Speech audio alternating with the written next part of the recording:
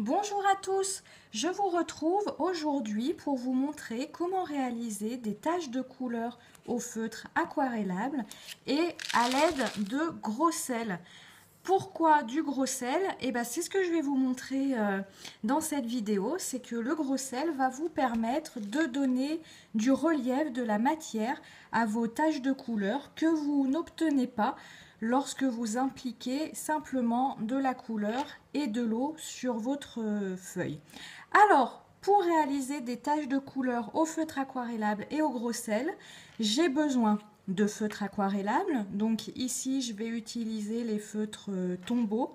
J'ai choisi trois couleurs, un vert clair, un turquoise et un vert foncé.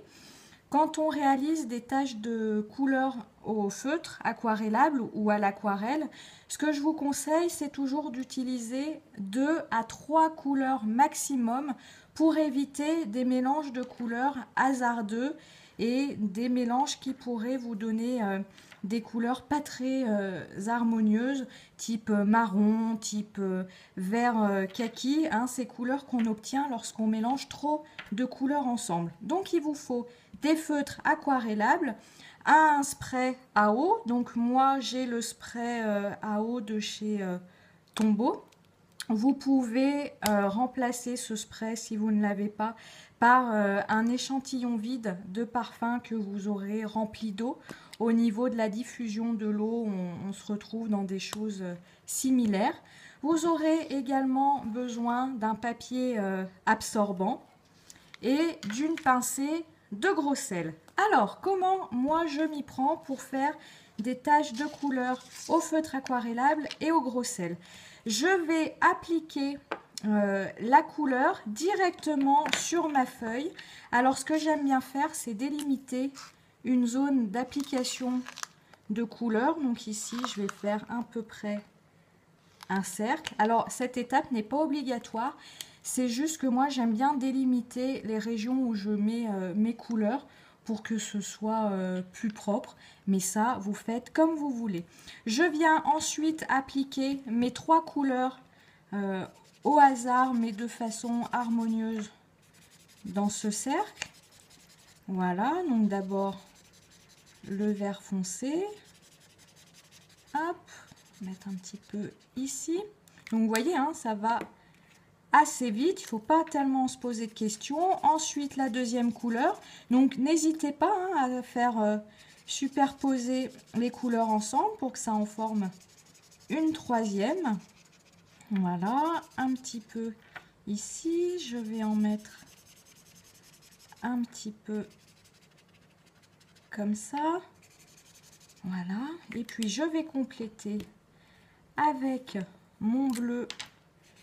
Hop. Donc toujours pareil, je ne fais absolument pas attention à ce que les couleurs soient bien délimitées les unes par rapport aux autres. Vous voyez, je passe par-dessus. Ça, c'est absolument pas un souci. Voilà. Donc quand j'ai mis de la couleur à peu près partout, je viens prendre mon spray à eau. Et je viens mettre de l'eau de façon assez importante sur ma feuille.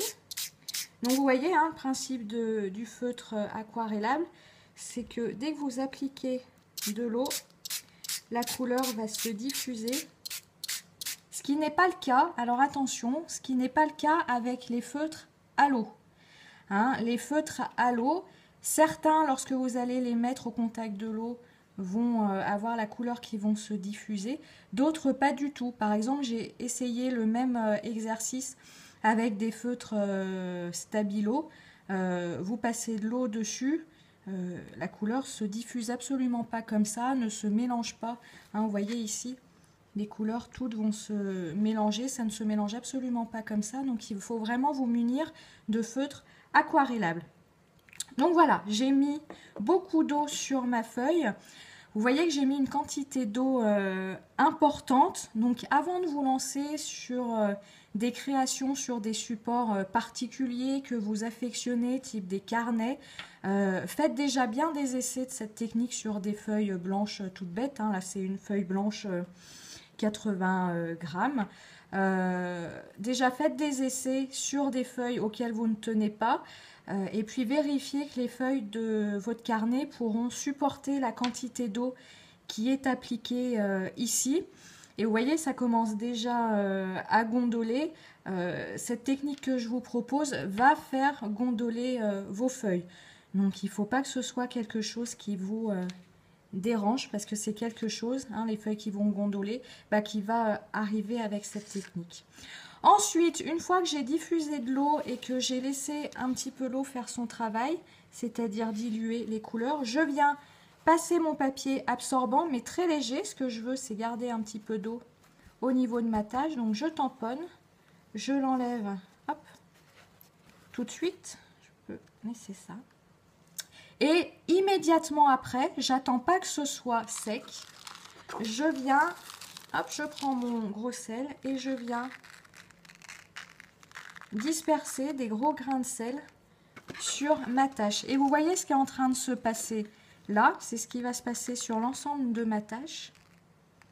C'est que le sel va venir absorber l'excédent d'eau et c'est ça qui va venir donner un aspect de matière à votre tâche de couleur.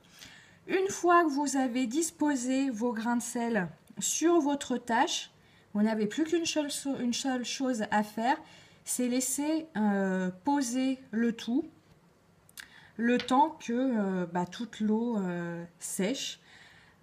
Par comparatif, moi j'ai fait ce mélange un soir, la tâche n'a été sèche que le lendemain matin, pleinement sèche. Il faut attendre que toute l'eau se soit évaporée, que le sel ait absorbé toute l'eau avant d'enlever vos grains de sel. Si vous commencez, là vous voyez tout de suite à enlever vos grains de sel, il n'y aura aucun effet qui va apparaître.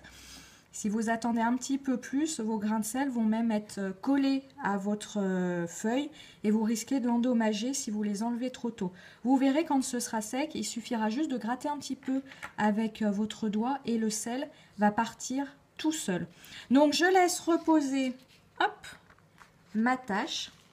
Et j'en avais fait un hier soir pour vous montrer ce que ça va donner. Donc vous voyez, une fois que la tâche est bien sèche, le sel a fait son travail, a absorbé l'excédent d'eau et a créé ces petites, ce petit relief. Je ne sais pas si vous le voyez sur la vidéo, mais des grains de sel tout petits sont restés incrustés dans la tâche et vont donner un aspect de brillance sur votre tâche très très sympathique.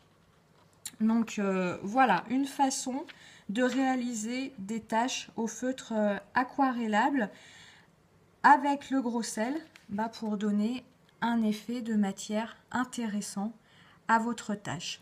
Voilà, j'espère que ce petit tuto vous aura plu, vous aura appris quelque chose. Je vous retrouve à bientôt. Au revoir.